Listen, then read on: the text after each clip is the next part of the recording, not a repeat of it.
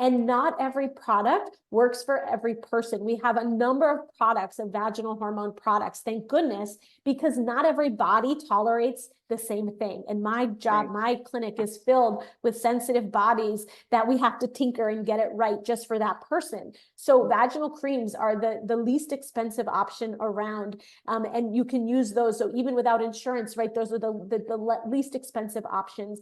There are vaginal inserts, like little tablet inserts that you can use. There are vaginal rings that you can put in that stay in for 3 months. There is a vaginal DHEA, which is not even estrogen, which adds a little androgen, which is very helpful, which is a great product. So we have a number of options. And if one doesn't work for you, that doesn't mean you failed the whole class. And I think it's really important that people understand it takes time to really maximize the efficacy.